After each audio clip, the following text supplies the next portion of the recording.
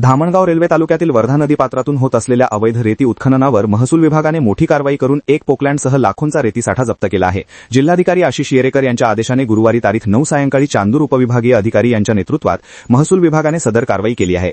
महसूल व खनिकर्म विभागाच्या पथकाने गुरुवारी तालुक्यातील वर्धा नदी पात्रालगत असलेल्या सलाबतपूर व सोनोरा काकडे परिसरात आकस्मिक धाड घालून महसूल विभागाने संयुक्त कारवाई केली। उपविभागीय अधिकारी श्रद्धा उदावंत व जिल्हा खनिकर्म अधिकारी प्रणिता चापले यांच्या उपस्थितीत मौजा सलाभातपूर येथील सर्वे नंबर 8-3 मध्ये तपासणी करण्यात आली। यावेळी घटनास्थळी नंबर प्लेट नसलेली एक पोकलँड मशीन तसेच MH40CD7935 क्रमांकाचा डिझेल टँकर आढळून आला। यावेळी घटनास्थळी 250 ब्रास इतका रेतीसाठा अवैधरित्या साठवलेला असल्याचे निदर्शनास आले।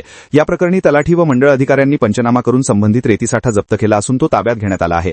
तसेच घटनास्थळी आढळलेली बोटी, सक्शन पंप व इतर साहित्य नष्ट करण्यात आले।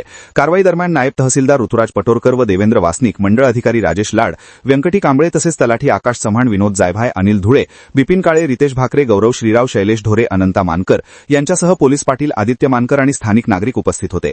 दरम्यान उपविभागीय अधिकारी चांदूर रेल्वे श्रद्धा उदावंत यांनी जप्त करण्यात आलेल्या रेतीसाठ्याचा गौण खनिज नियमांनुसार जाहीर लिलाव करून त्यातून मिळणारा महसूल शासकीय तिजोरीत जमा करण्याच्या सूचना तहसीलदार अभय घोरपडे यांना दिल्या आहेत।